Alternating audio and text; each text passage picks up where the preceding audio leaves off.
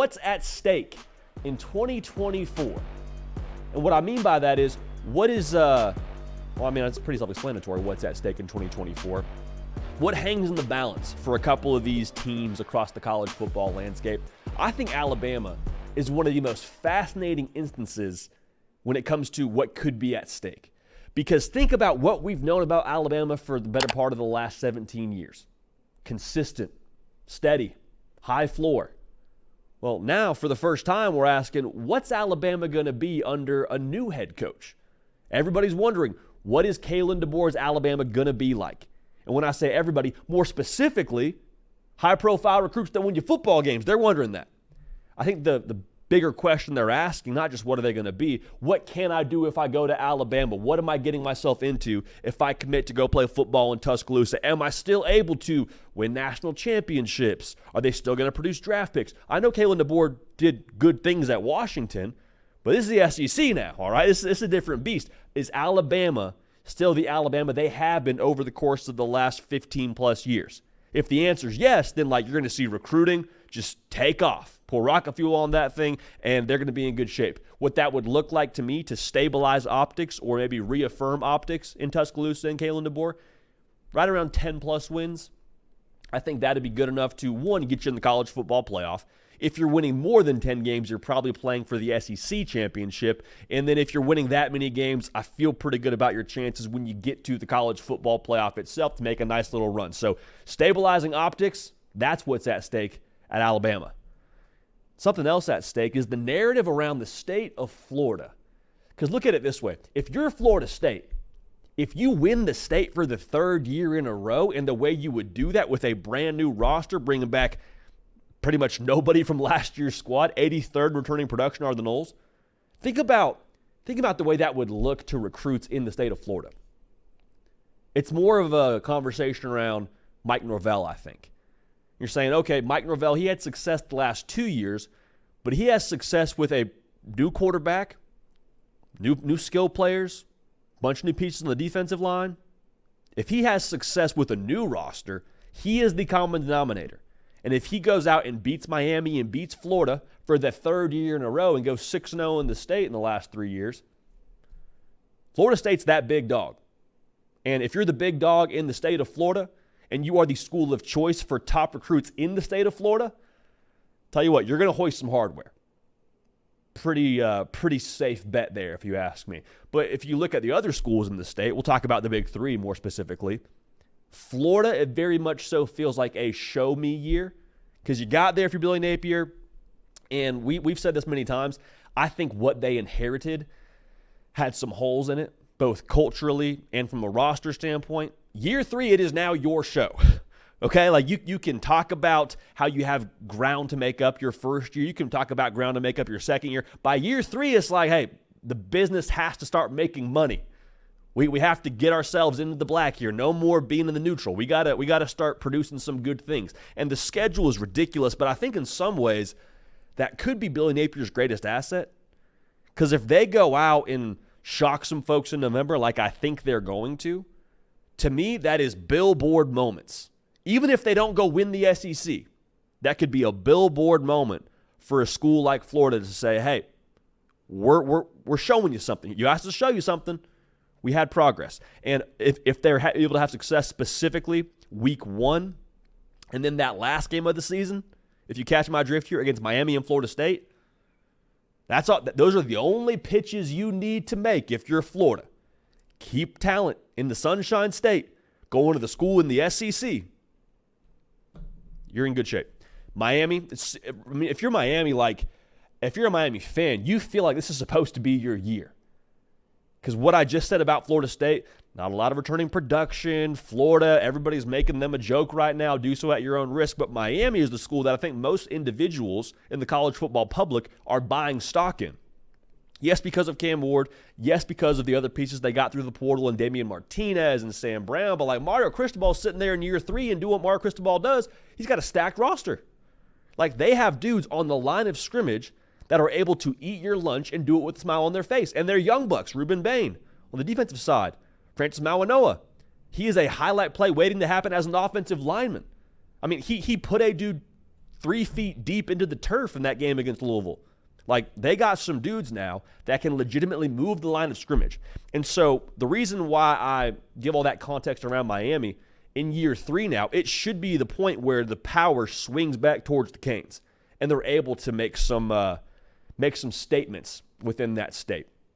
So the narrative around the state of Florida, I think, is very fluid right now. But if Florida State is able to be the big dog, solidify themselves, that's going to set the trajectory, I believe, for the next few years within that state. Not saying Florida State just dominates the state for the next few years, but I do think acquiring top talent in that state, as we've mentioned many times, that's the key to not just winning your conference, but winning like national championships. So take of that as you will. You know what else we got going here? We're going to talk about this more later in the show. We got a bunch of newbies. And when I say newbies, I mean new schools, or not new schools, schools in new conferences is a better way to say that. I'll say this too. We said this a few times about these schools. Whenever you meet your girlfriend's dad for the first time, you get one chance in that handshake.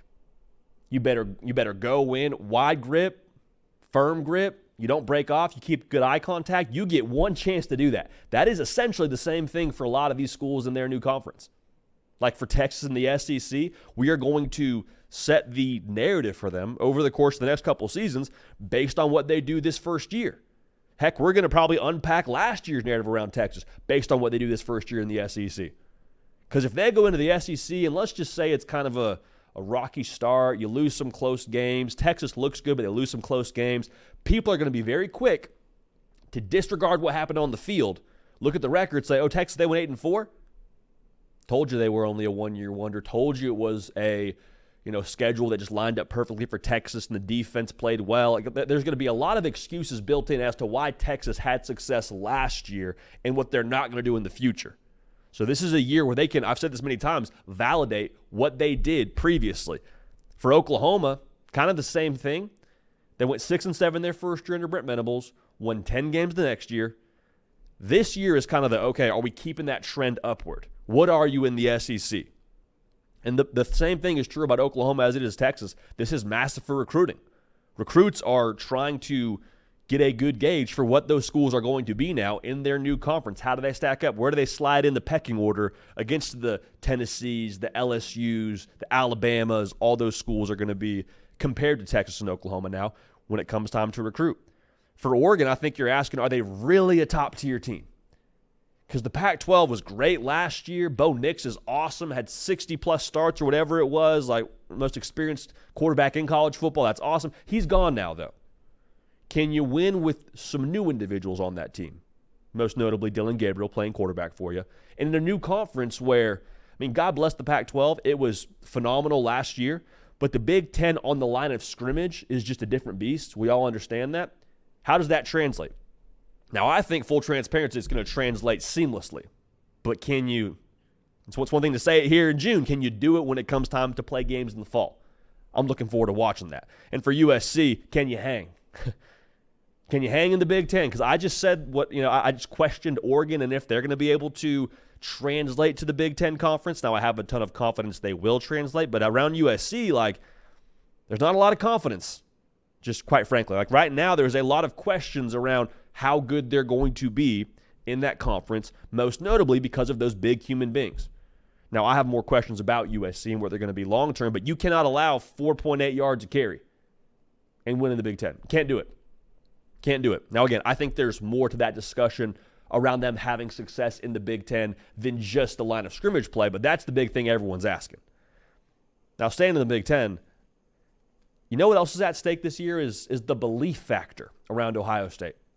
Notice what I did not say there. I did not say Ryan Day's job is at stake. I did not say the future of Ohio State football is at stake, but the belief factor, I think, is at stake around the Buckeyes this year. For the reason being, if it's not this year that you win the Big Ten, that you beat Michigan, I think the expectation is in Columbus that you win a national championship. When's it going to be? When's it going to be? Because on paper, we just did a segment on it yesterday. Urban Meyer's sitting here telling you this is the most talented roster I think they've had at Ohio State ever. Ever. That's a big word now. And the roster, when you look at it, it's hard to disagree with Urban Meyer. The defense has got not just returning production, but a ton of talent as well to go with it. Like, it's not like you just brought back dudes for the sake of bringing back dudes because they weren't going to get drafted. They had a lot of NFL players that I believe would have found themselves on a roster right now. They wanted to come back. I'm not telling you NIL wasn't a part of that. I'm not telling you they didn't want to improve their draft grade, but they have dudes that will play on Sundays back on that defense. A lot of them. Quinshawn Judkins, like you've heard me say this many times. Quinshawn Judkins, Travion Henderson, I think that's the best backfield in America. Will Howard, he's an upgrade, I'm telling you. If it doesn't happen this year, when's it going to happen? And more importantly, if I'm an Ohio State fan, why do I have better reason to believe it's going to happen in the future?